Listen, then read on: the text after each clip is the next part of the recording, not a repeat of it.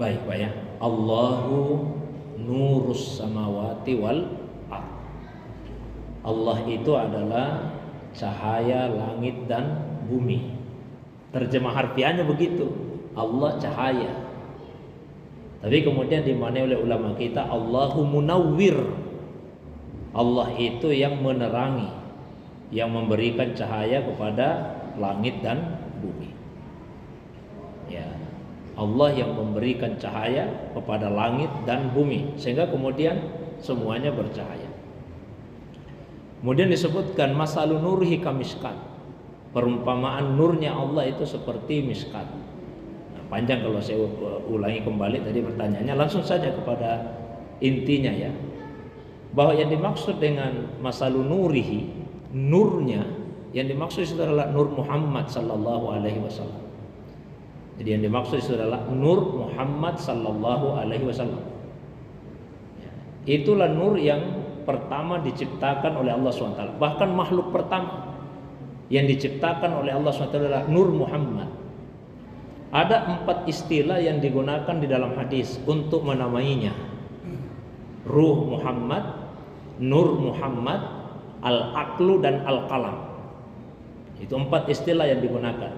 Ruh Muhammad, nur Muhammad, al-aqlu dan al-qalam.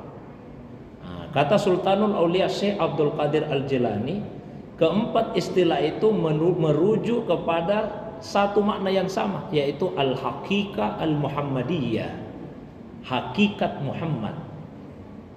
Kenapa disebut dengan ruh Muhammad? Ya karena memang dia ruh, dan itu ruh pertama yang diciptakan oleh Allah.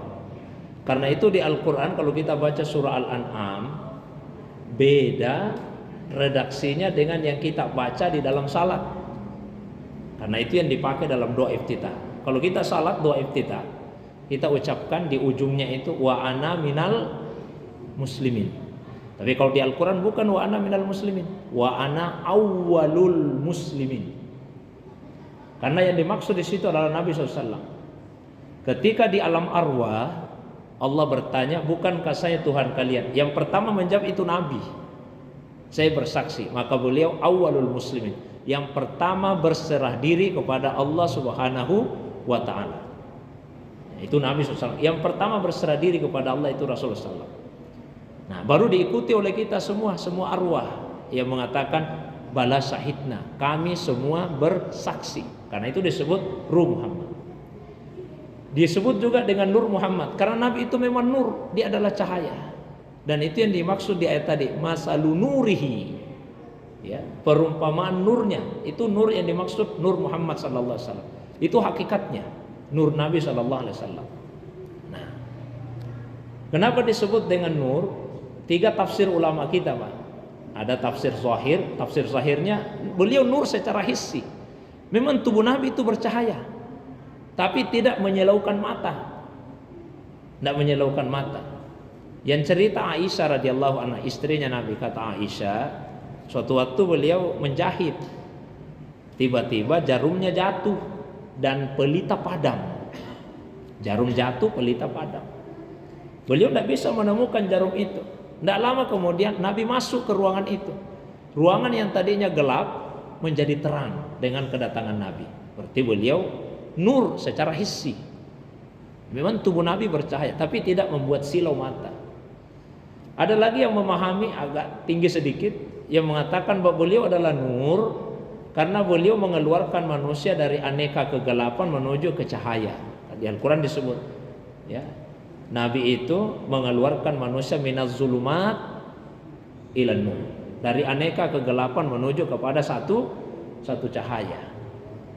Yang lebih tinggi lagi mengatakan bahwa yang dimaksud di situ nur Muhammad SAW adalah hakikatnya Nabi.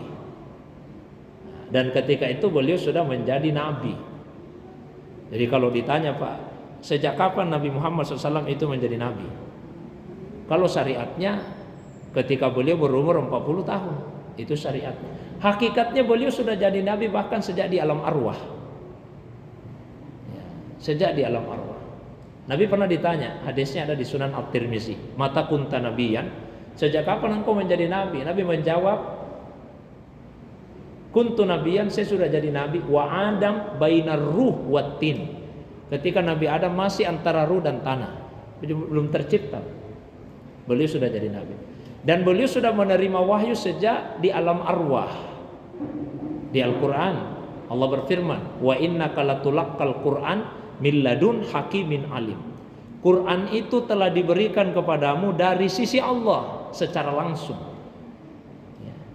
Jadi ini yang dicerita bukan turunnya Al-Quran di 17 Ramadan di dunia, bukan. Karena kalau turunnya Al-Quran di bumi tidak langsung, itu melalui perantaraan malaikat Jibril.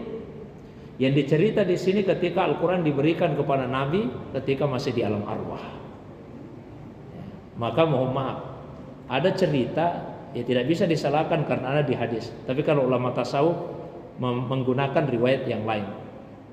Cerita Pak ketika Nabi pertama kali menerima wahyu, kan disebutkan bahwa Jibril mengatakan ikra, bacalah. Apa jawaban Nabi?